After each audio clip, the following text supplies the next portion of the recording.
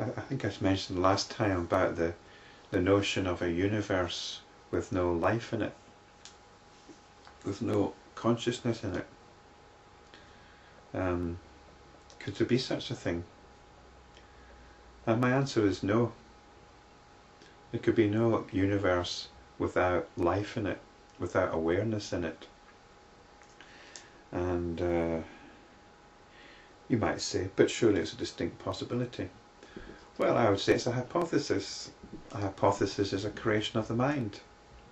And we are going beyond creations of the mind to simple awareness. Awareness of what is happening right now. And just as space allows things to be, it's awareness that allows things to be. If there's not awareness, then how can we say that something is?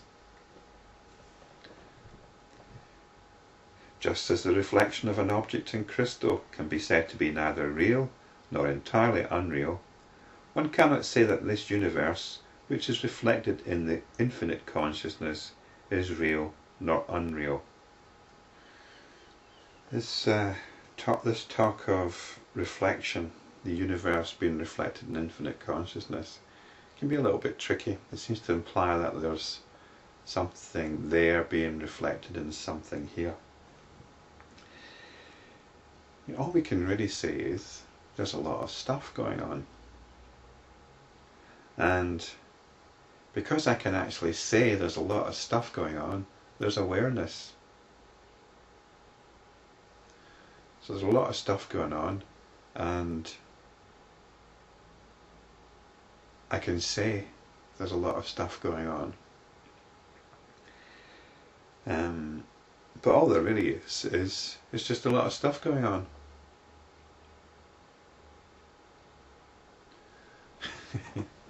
And the lot of stuff that's going on is, I can only say it's going on because of awareness. So they're intrinsically linked. In fact, they're non-different. And we can say that it's neither real nor unreal. We're not going to get into this discussion of what is real. Once you start inquiring into whether something is real or unreal, it doesn't really. It kind of falls through your fingers in what is real. Again, just as space is unaffected by the clouds that float in it, this infinite consciousness is unaffected and untouched by the universe that appears in it. We've got this idea that there's the universe and the consciousness within which it appears. And the Yoga Vasistha would say, for the sake of instruction, we have to talk in these terms. So let's bear that in mind. It's rather like the just sitting meditation, just sitting, where you sit and you observe the thoughts arising within your mind as if they're clouds in the empty sky. So your awareness is like the empty sky.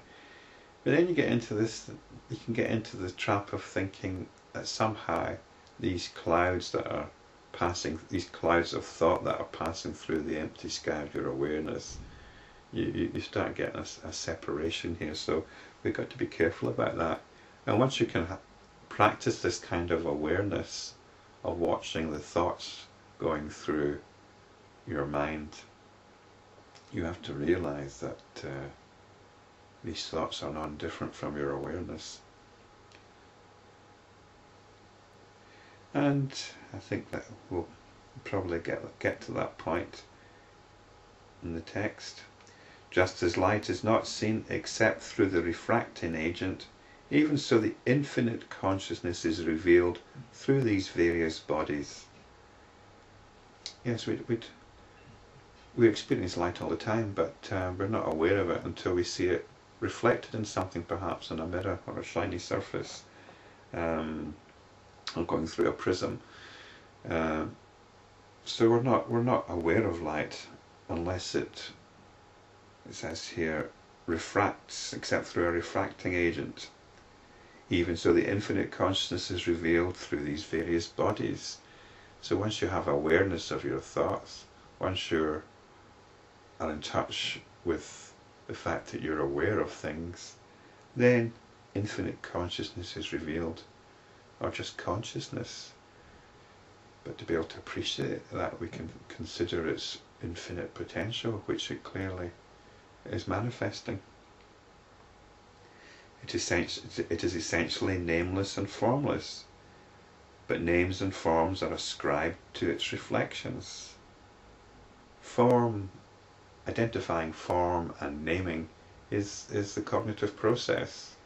It's what makes the infinite finite.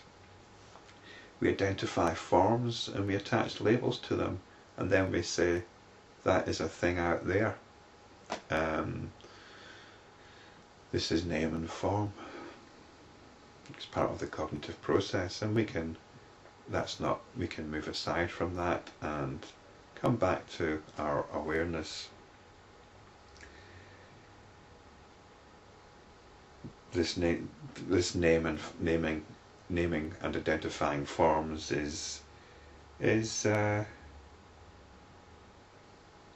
taking us away from pure awareness.